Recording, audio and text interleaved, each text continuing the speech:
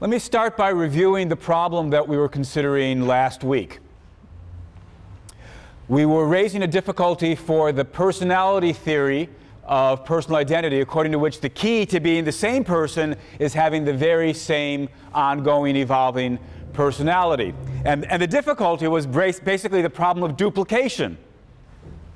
That it seemed as though we could have more than one, call it an individual, more than one body, that had the very same set of memories, beliefs, and so forth.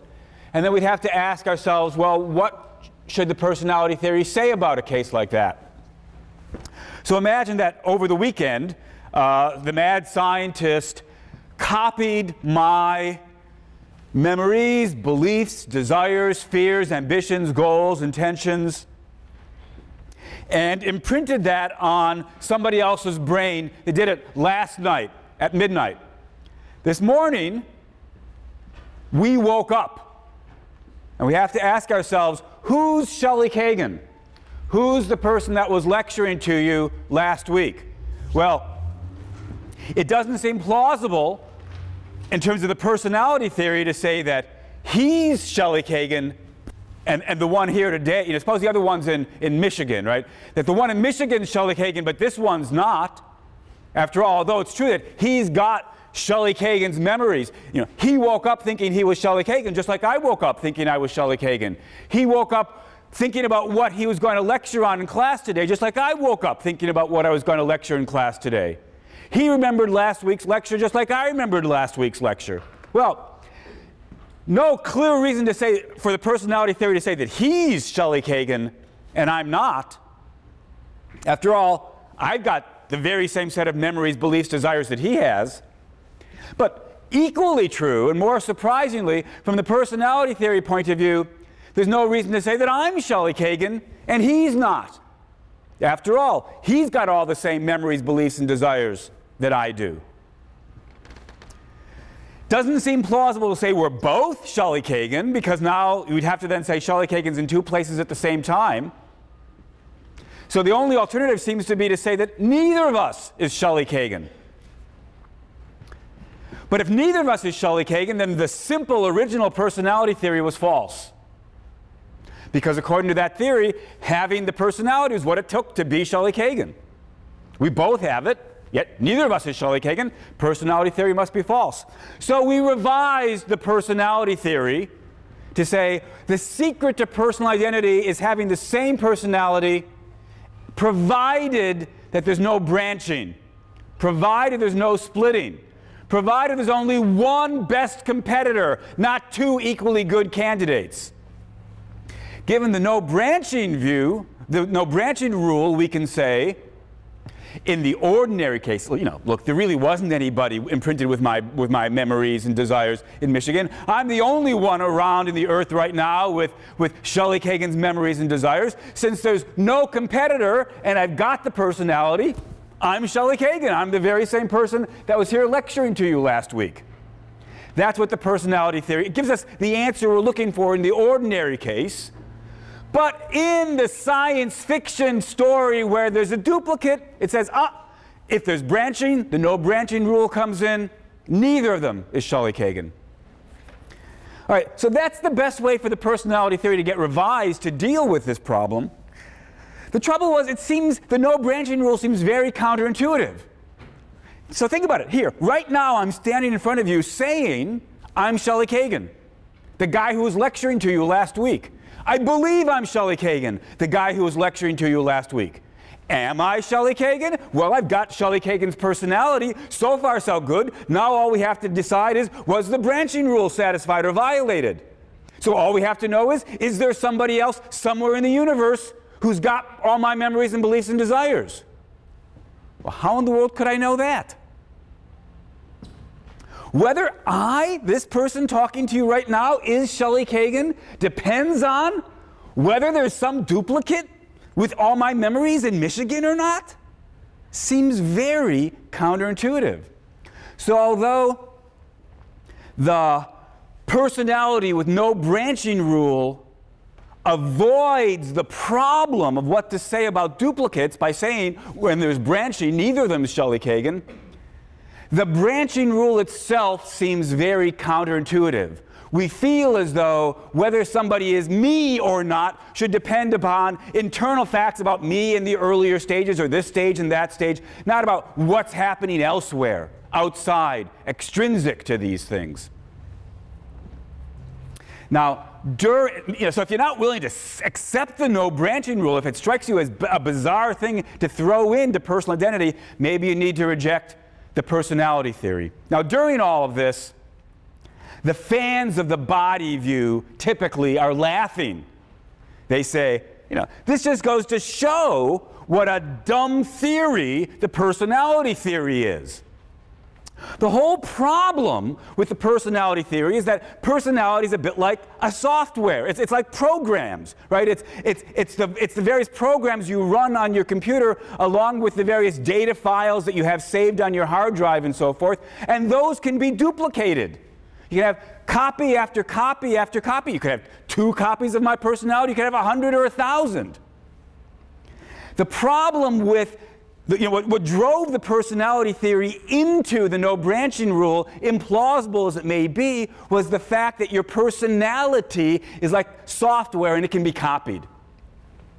That's why, they say, we should believe in the body view. If we accept the body view, we avoid the duplication problem. Because unlike software, which can be literally copied as many as you want, identical, the body can't split.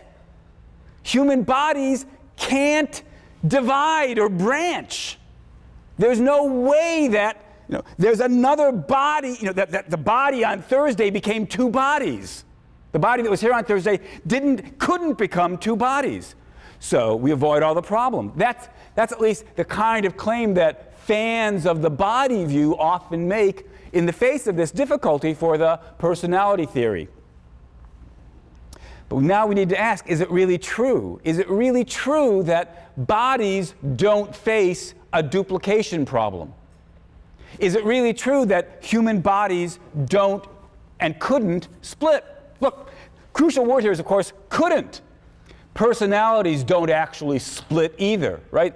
Although I've been giving science fiction examples in which the mad scientist duplicates my memories and beliefs and desires, they've all been science fiction examples. If I can use science fiction to talk about the possibility of splitting and use that against the personality theory, I'm entitled to use science fiction examples to talk about the possibility of bodies splitting and ask what kind of problem that would raise for the body theory. Now, we are familiar with some low-level examples of bodies splitting. Amoebas split. Right? You've got a single amoeba, it's going along at a certain point. Let's draw our amoeba splitting, right? You've got an amoeba split going along. At a certain point, starts to look like that. And it looks like that. And then boom, you've got, it splits. There's nothing in sort of biology per se that rules out cell division. Indeed, on the contrary, right? We know cells can split. Now, human bodies, unlike amoebas, don't do that. But maybe there's nothing in biology that rules out the possibility. Suppose we open up the Yale Daily tomorrow and we see that the Yale Center for Amoebic Studies has made this tremendous breakthrough and has discovered how to, through the right kind of injection or whatever, cause a human body to replicate and split in an amoeba-like fashion. Well, then we'd have to face the problem of what to say in this case of bodily branching. Well, instead of pursuing that example, let me give you a slightly different example that's been discussed a fair bit in the philosophical literature. This is actually a case that one of the students in the class asked about, I think it was last week, if it wasn't even earlier, and I said, great question, let's come back to it. So here, at long last, I'm making good on my promissory note. I'm going to come back to the example that was raised before. You'll recall that when we talked about the body view, I said the best version of the body view doesn't require the entire body to be the same body, but the brain. Follow the brain. And indeed, it doesn't seem as though we have to require the entire brain, just enough of the brain, however much that turns out, to house personality, memories, and so forth. And then I said, suppose it was possible that one hemisphere of your brain is enough, that there's enough redundancy in the brain, so that even if your right hemisphere got destroyed, your left hemisphere, you still have all the same memories, desires, beliefs, good enough. So now we worry about the following case. So I gave you a bunch of examples, right, where there are brains being transplanted into torsos of others. So suppose, gruesome as it was, this weekend I'm in some horrible accident, and my torso gets destroyed, and they keep my brain on life support, oxygenating it just long enough to do some radical surgery into some spare torsos. Where the torsos come from? Well, you had some living people, but they had very rare brain diseases, and their brains suddenly liquefied. So now we've got some spare torsos. All right, so here we've got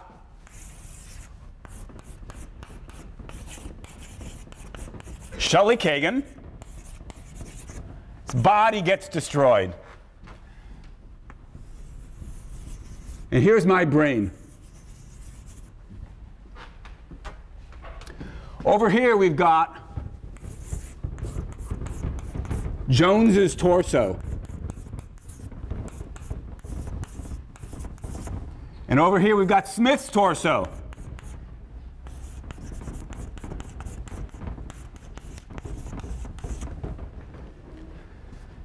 Suppose we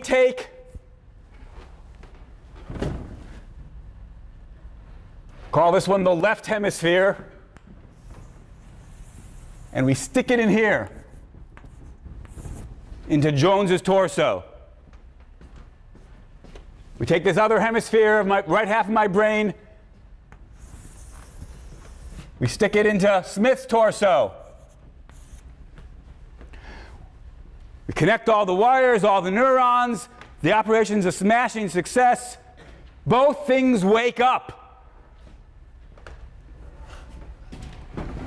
So here's Jones's torso with the left half of SK's brain, Smith's torso with the right half of SK's brain.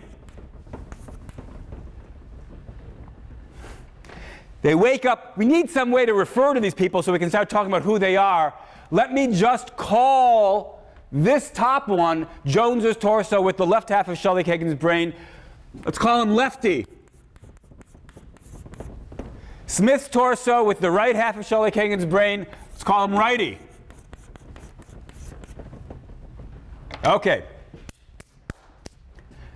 Operation's a success. Lefty and Righty both wake up. They both think they're Shelley Kagan, so forth and so on. We ask ourselves, according to the body view, which one is Shelley Kagan? What are the possibilities? We could say Lefty is Shelley Kagan and Righty is not. Righty's an imposter. But there's nothing in the body view to give us reason to make that choice. It's true that Lefty's got half of Shelley Kagan's brain, and that's good enough. But it's also true that Righty's got half of Shelley Kagan's brain, and that seemed good enough. So there's no reason to say that Lefty's Shelley Kagan and Righty isn't. And similarly, of course, there's nothing in the body view to make us say that Righty's Shelley Kagan and Lefty isn't. Well, it's not one and not the other. What are the remaining possibilities? We could, I suppose, try to say they're both Shelley Kagan. And so Shelley Kagan continues, that is to say his body continues, that is to say his brain continues, that is to say enough of his brain continues, merrily on its way, except now in two places. And so from now on, Shelley Kagan, that single person, is in two different places at the same time. You know, Lefty goes to California, Righty moves to Vermont. From now on, Shelley Kagan's bi-coastal. Doesn't seem right. So what else can the body theory say? Well, the body theory could say neither of them are Shelley Kagan. Shelley Kagan died in that gruesome, horrible accident. Although it's true that we now have two people, lefty and righty, each of whom has half of Shelley Kagan's brain and all of Shelley Kagan's memories, for whatever that's worth, neither of them is Shelley Kagan. We could say that as well. But if we, and that seems the least unpalatable of the alternatives, but if we say that, then we've given up on the body view. Because the body view, after all, said to be Shelley Kagan is to have enough of Shelley Kagan's brain. And in this case, both of lefty and righty seem to have enough of Shelley Kagan's brain. What's the body theorist to do? As far as I can see, the best option for the body theorist at this point is to add, no surprises here, a no branching rule. The body theorist should say, the key to personal identity is having the same body to it, the same brain to it, enough of the brain to keep the sort of personality going, provided that there's no branching, no splitting, no perfect competitors, only one. If the body view adds the no branching principle, then we can say, look, in the case of this sort of splitting, this example is known in the philosophical literature as fission, like nuclear fission, when a big atom splits into two. So in the fission case, the body theorist says, in the fission case, there's splitting, there's branching, so neither of them is going to end up being Shelley Kagan. But in the ordinary humdrum case, here I am, my body. Why am I Shelley Kagan? Because the brain in front of you, can't see it, but it's in front of you. The brain in front of you is the very same brain as the brain, that you had in front of you on Thursday. Follow the body, in particular, follow the brain. So in the ordinary case, no splitting, follow the brain. In the special case, where there's splitting, even if you follow the brain, not good enough. So the body theorist can avoid the problem of fission, avoid the problem of duplication, by adding the no branching rule. But of course, the no branching rule didn't seem very intuitive.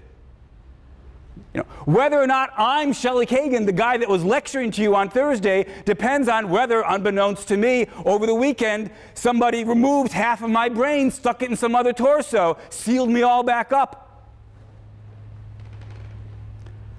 How could that matter? Well, if you don't find the no branching rule plausible, you're in trouble as a body theorist. In fact, so what we see is the body theory is in exactly the same problem, exactly the same situation as the personality theory. Indeed, the fission example is a very nice case of how you could have splitting for the personality theory. Right? Here, before the accident, was Shelley Kagan, somebody who had my beliefs, desires, memories, goals, and so forth. After the accident, we've got two people, lefty and righty, or two entities, lefty and righty,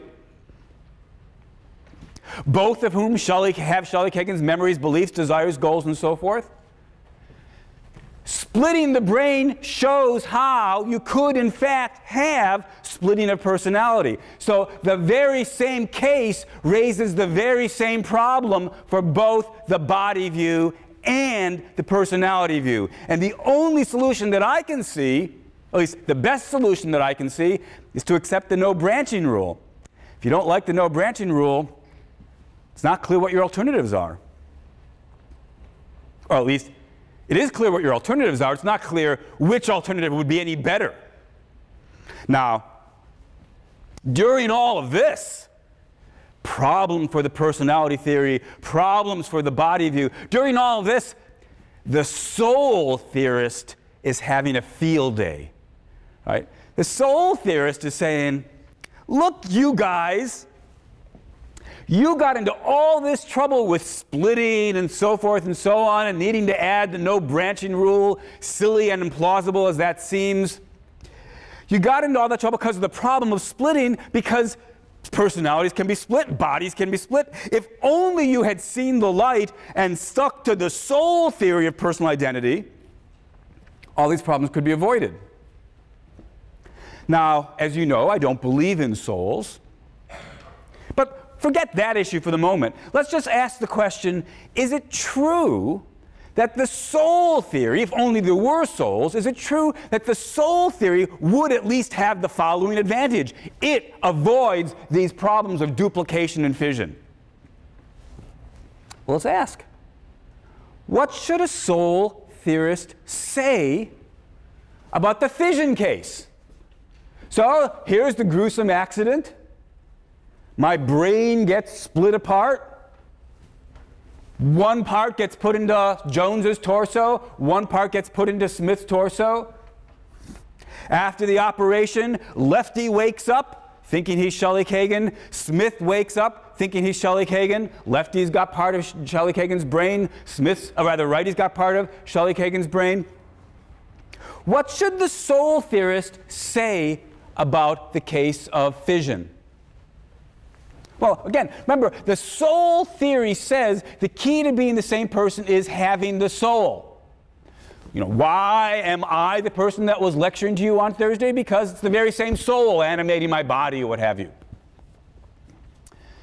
So, what does the soul theorist say about the fission case? Not quite sure, because we have to turn to a metaphysical question that we've touched upon before.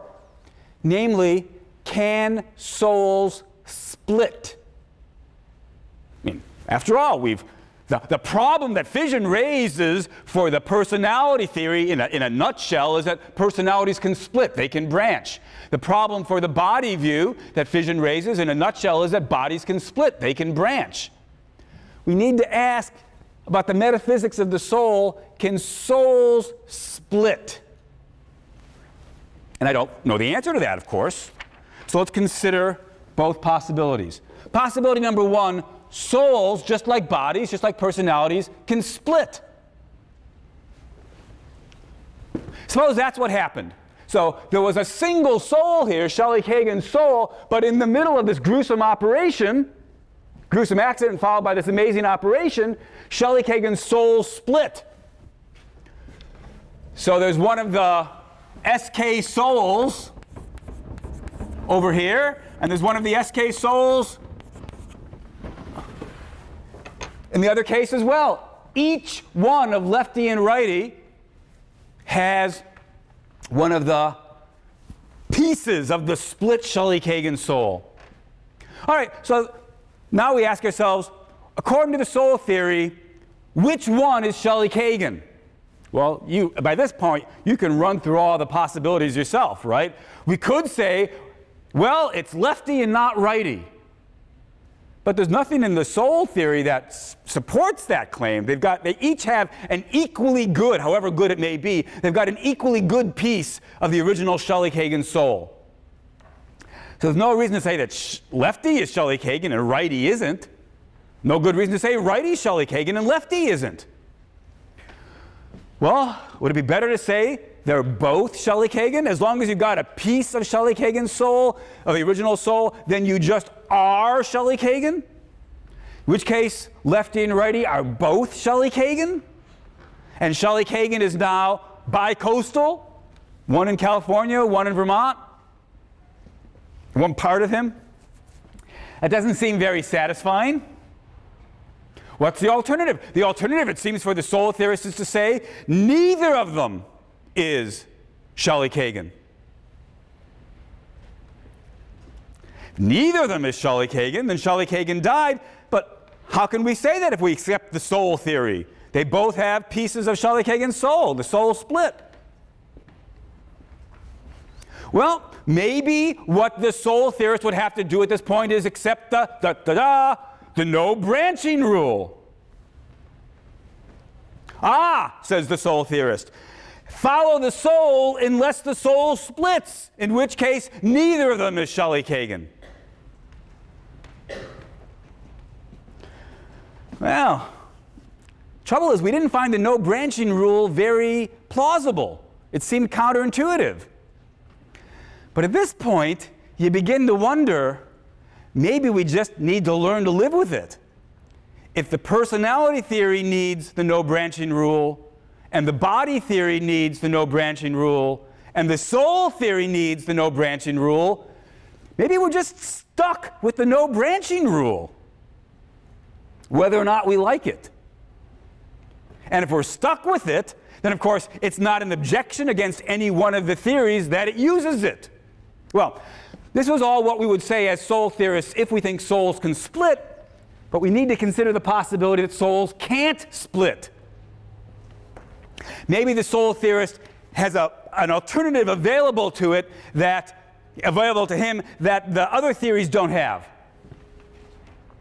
Suppose Shelley Kagan's soul cannot split. What does that mean? It means when my brain gets split, my soul is going to end up in lefty or in righty, but not in both. Soul can't split, can't end up with pieces of the soul or the remnants of the soul in both. The soul's a unified, simple thing. Now, I don't actually know whether it's true that simple things can't split.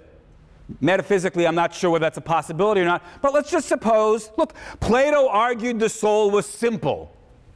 He didn't actually convince me of that, but suppose we thought souls are simple and we think simple things can't split. It would follow then that souls can't split. Suppose we accept all that metaphysics.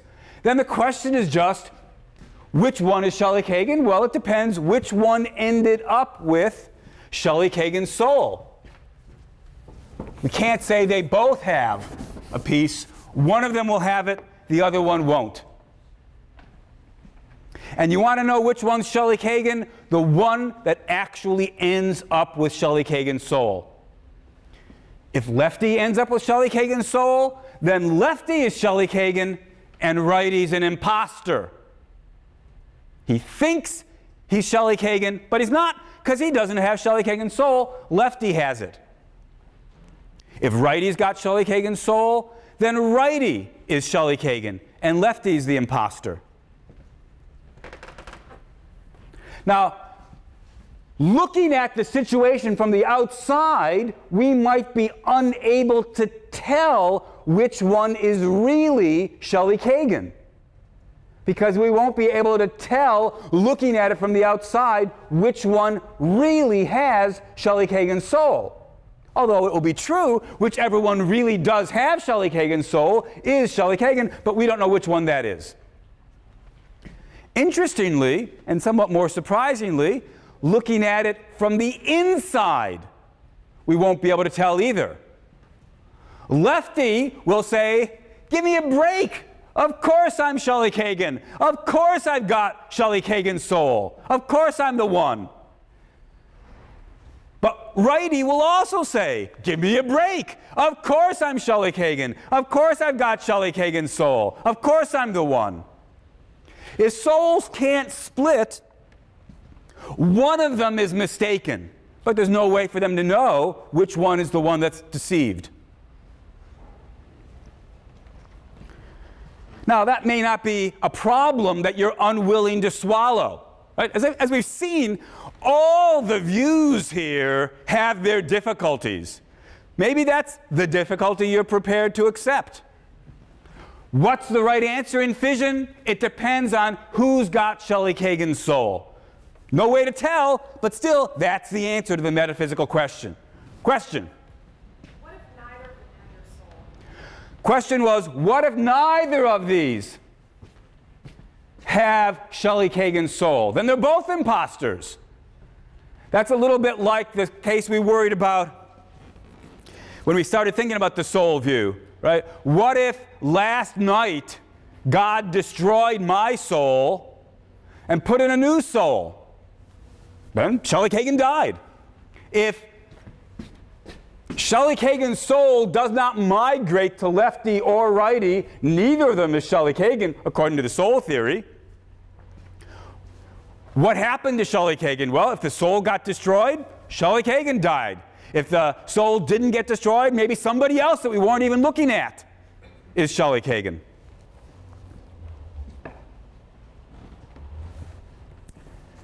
So as I say, the soul theory can at least give us an answer that avoids the no branching rule. If souls are simples and simples can't split, there's no possibility of having two things with the relevant soul. So we don't need to add in this sort of ad hoc fashion, the no branching rule. That's an advantage for the soul theory. If only we believed in souls, it is an advantage. But I need to point out that there's another disadvantage that the fission case raises for the soul theory. So let's just suppose that metaphysically God tells us that it's lefty that has Shelley Kagan's soul. Then, of course, it's lefty that is Shelley Kagan. Righty is an imposter. Righty believes he's Shelley Kagan. He has all the memories of Shelley Kagan, all the desires of Shelley Kagan. But he's not Shelley Kagan because he doesn't have Shelley Kagan's soul. Lefty happens to have it. That's a nice answer to the problem of fission, but notice the problem it raises for the argument for believing in a soul in the first place. Way back at the start of the semester when we asked, why believe in souls? One important argument was, really a family of arguments was, you need to believe in souls in order to explain why bodies are animated, why people are rational, how they can have personalities, how they can be creative, and so forth. In order to explain consciousness and self-awareness, whatever it was, fill in your favorite blank. You fill in the blank in your favorite way. The claim was you needed to believe in souls in order to explain all that. But if that's right, what's going on in Righty's case? Righty is aware. Righty is conscious. Righty is creative. Righty has free will. Righty makes plans. Righty's got personality. Righty is rational. Righty's body is animated. According to the soul theory argument for according to the argument for souls, you needed to believe in souls in order to explain how you could have a person. But now, Righty's a person without a soul because we just hypothesized, oh, Shelley Kagan's soul up there. So at the very same moment that positing the non-splitting of souls seems to solve the fission problem of duplication, it yanks the rug out from underneath the soul theorist by undermining one of the types of arguments for believing in the soul in the first place. After all, if Righty can be a person, admittedly not Shelley Kagan, but a person, conscious, creative, rational, so forth, aware, without a soul, then maybe same thing's true for us, which is, of course, just what the physicalist says. Let me mention one other possibility because it's quite intriguing. Suppose the soul theorist answers that last objection by saying, ain't ever gonna happen.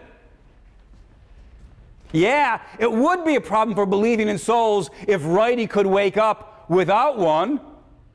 But since we stipulated that Shelley Kagan's soul is going to end up in lefty, Righty is not going to wake up. Alternatively, it might have been that Righty woke up, but lefty doesn't wake up. Doesn't survive the operation. Suppose we did these sort of brain transfers all the time, and the following thing always happened. Transfer the entire brain, patient wakes up. Transfer one hemisphere, patient wakes up. Transfer both hemispheres, one patient or the other wakes up, but never both. If that happened, we'd have a great new argument for the existence of a soul. What could possibly explain why either hemisphere of the brain would normally be enough as long as we don't transfer both? When we transfer both, one hemisphere might work sometimes the other hemisphere, but never both. What could possibly explain that? Souls could explain that. If souls can't split, it can only follow one half of the brain, and that's why we'll get sometimes get one half, sometimes the other half, but never both halves. So there's a kind of empirical argument for the existence of the soul if we found those kinds of results. Of course, that's a big if. Please don't go away thinking that what I've just said is, here's a new argument for the soul. We don't do brain transfers, let alone half a brain transfers. We don't have any experiments that suggest one half wakes up but not the other half. All I'm saying is that if someday we found that, at that point, we'd have an argument for the soul.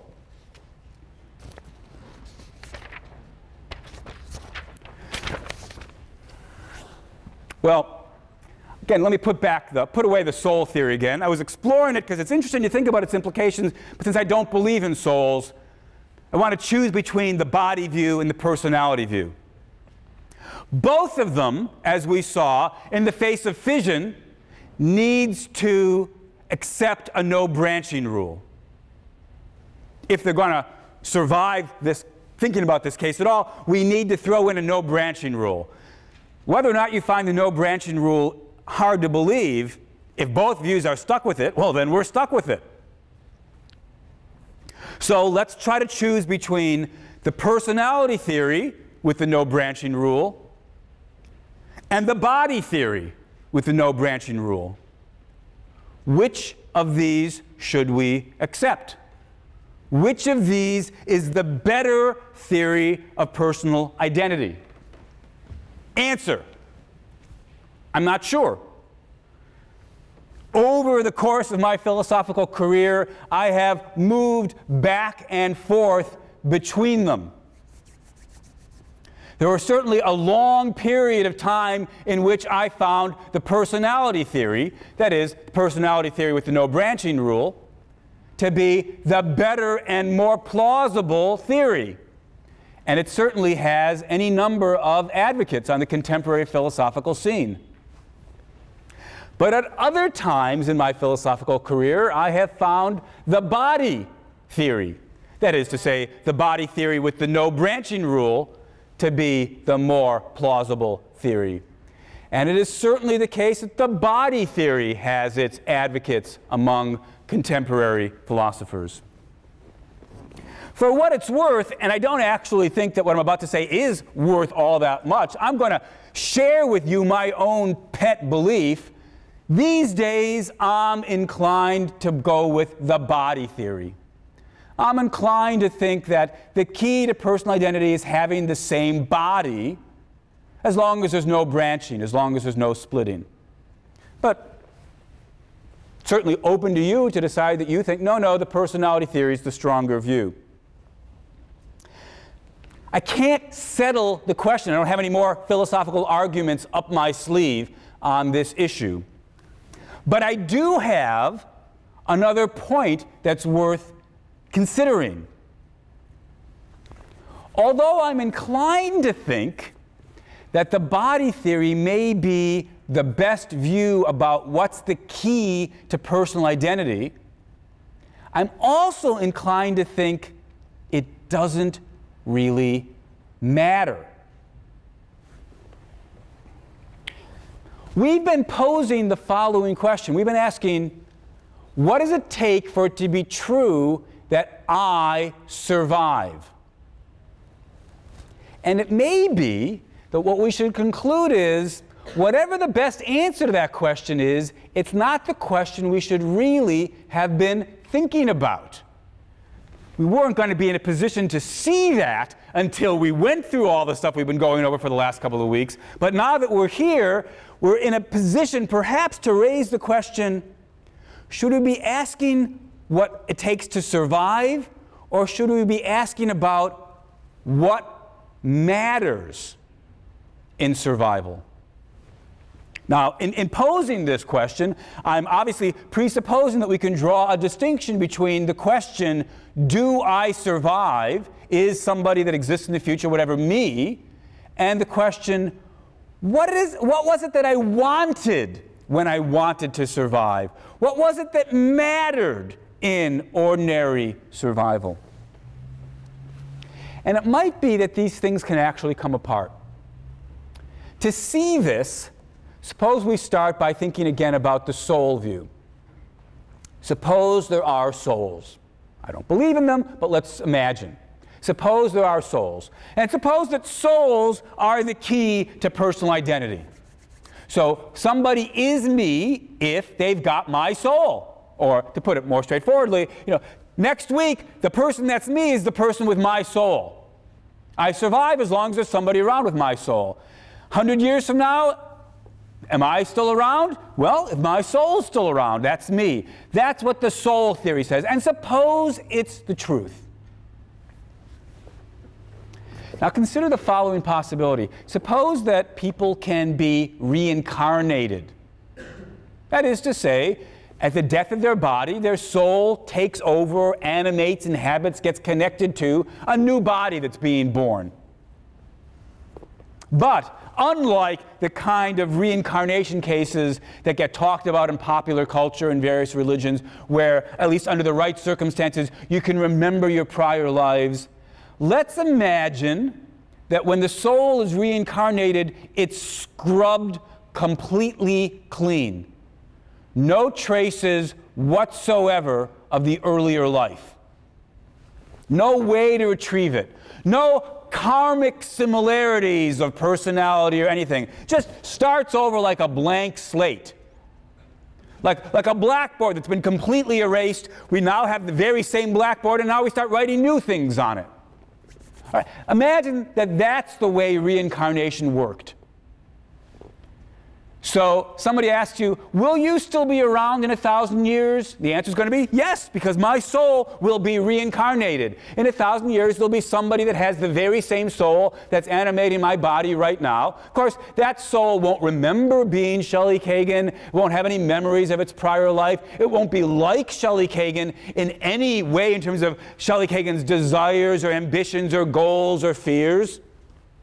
It won't be that we can sort of see why that personality emerges through karmic cause and effect in any ways that are a function of what I was like in my life. It'll be Shelley Kagan, because it's Shelley Kagan's soul, but with no overlap of personality, memories, anything. Then I want to say, who cares? The fact that I will survive under those circumstances doesn't give me anything that matters to me.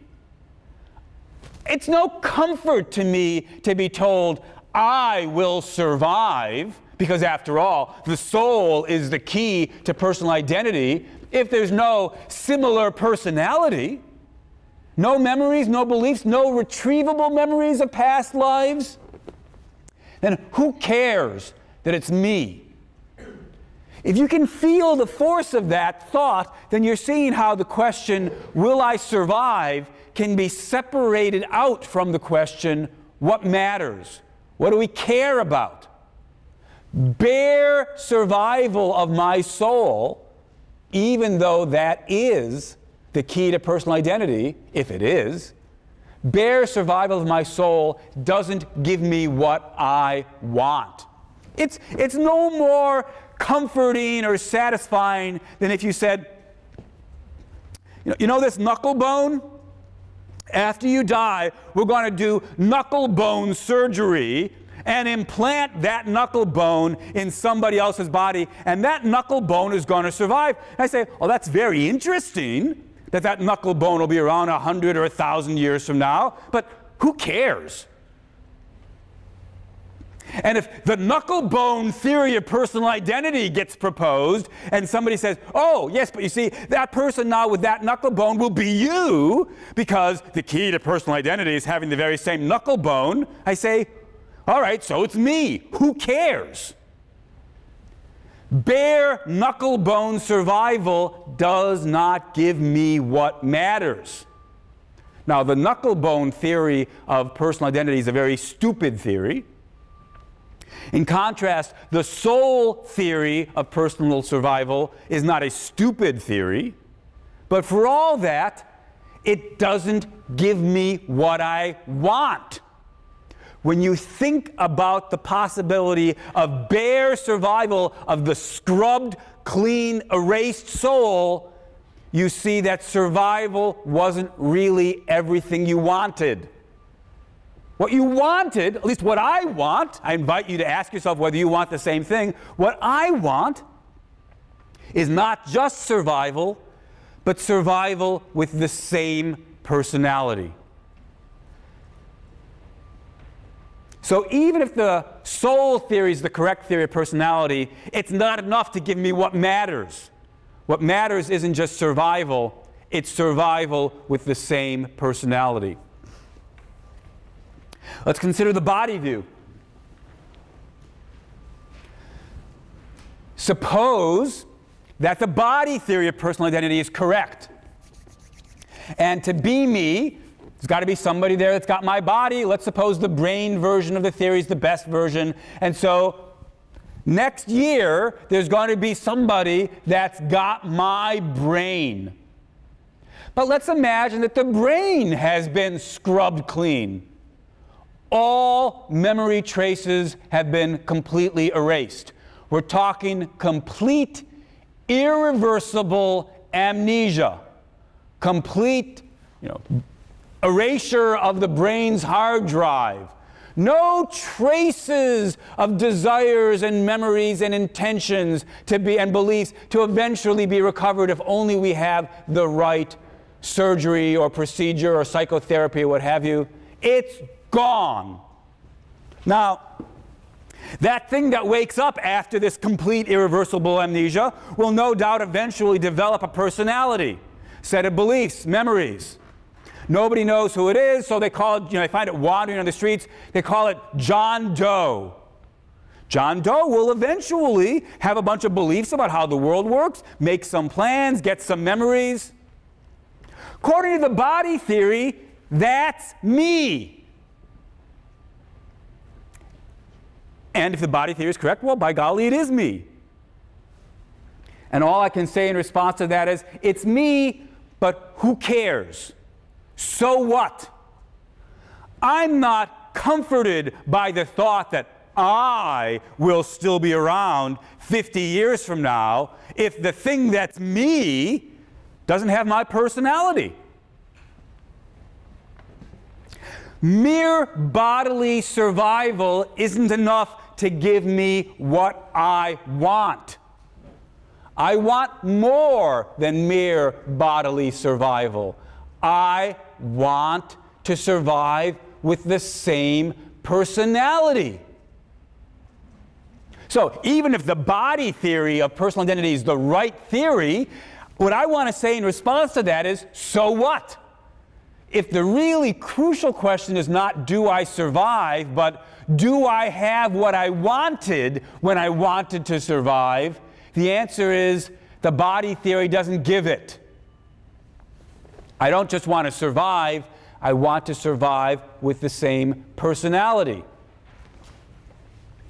Should we conclude, therefore, that the key to the important question, namely, what matters, the answer to that question, should we conclude, is same personality?